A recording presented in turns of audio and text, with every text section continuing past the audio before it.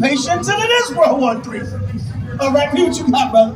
The book of Matthew, chapter 24, verse 43. But know this, that if the good man of the house had known in what watch the thief would come, he would have watched and would have not suffered his house to be broken up. In other words, you got to always be prepared because you never know when the thief going to come. So you always got to have your house in order. You never know when your house shot's coming, so you always got to be ready and on point. Whether this is World War III or not. Right, come on. Therefore, be ye also ready. I said, therefore what? Be ye also ready. You got to be ready at all times. The Lord said, therefore, be ye also ready. Come on. For in such an hour, God, as ye think not, you think not. Come on, the Son of Man comes. That's when your house shall will pop up. See that? That's when your house shall pop up on a time that you think not. All right. So you got to understand that element of surprise is always there. Come on. Verse 45. Who then is a faithful and wise servant, whom his Lord hath made ruler over his household, to give them meat in due season? In due season. Come on. Blessed is that servant whom his Lord, when he cometh, shall find so doing. That blessed is that servant. No matter what's going on in the world, when your house shall pull up, you in the vineyard labor. You keeping the commandments. You doing the feast days. You loving your brother as you love yourself. You staying diligent. You stand in the spirit. Right? Come on. Verily I say unto you, that he shall make him ruler over all his goods. God said he's going to make that man ruler over all his goods. Yahweh shall come up with the angels. He's still laboring. He's still keeping the commandments, still keeping the faith, still doing the work. When I pop up, he's still in the spirit, still in the truth. All right, come on.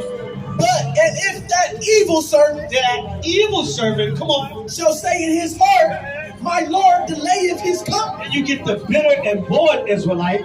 Oh, my Lord delayeth his coming. This Israelite stuff ain't doing nothing for me. Where the money at? You know Israel, man. You know Israel want that money.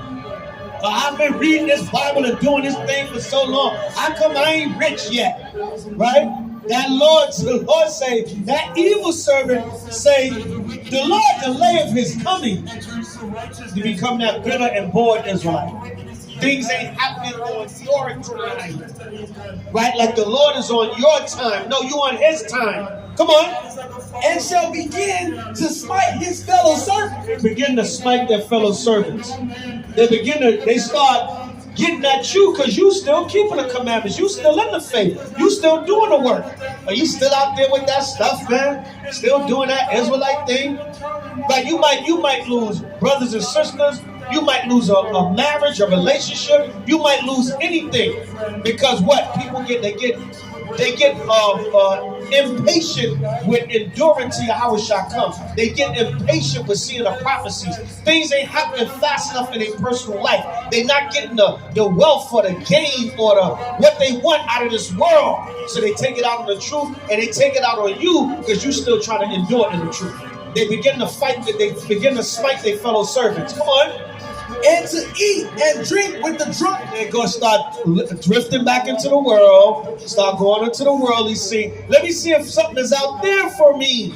Let me go. Let me hit up some of my old contacts. Yo, what y'all doing tonight?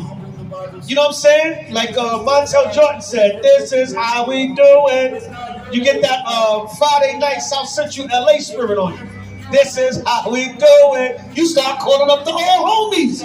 Yo, man, these Israelite niggas, man, these niggas ain't doing nothing. Yo, what y'all doing, man? And next thing you know, you're back in the world. Yeah, but if I seen it once, I seen it a million times.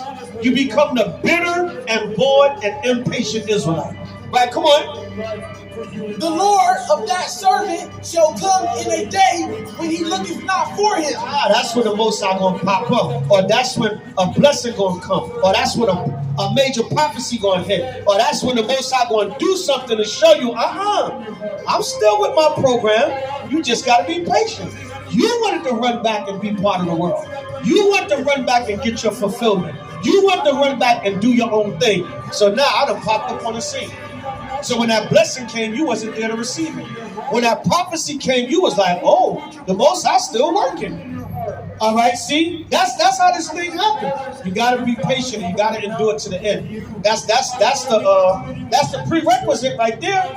You cannot be in this truth. The Lord can't accept you if you're not dealing with patience and faith and endurance. The Lord can't even deal with you, man. You become bitter, you become bored, you become impatient, you begin to smite your fellow brothers and sisters. That's when the Lord gonna cut you asunder. Come on.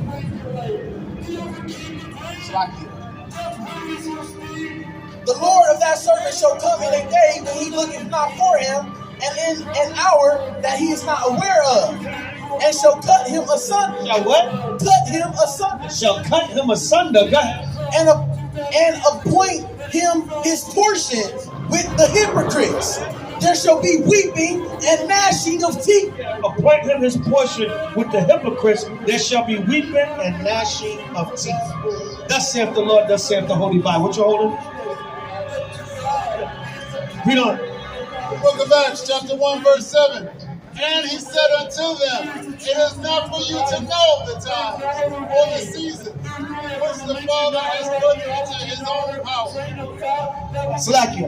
Read again.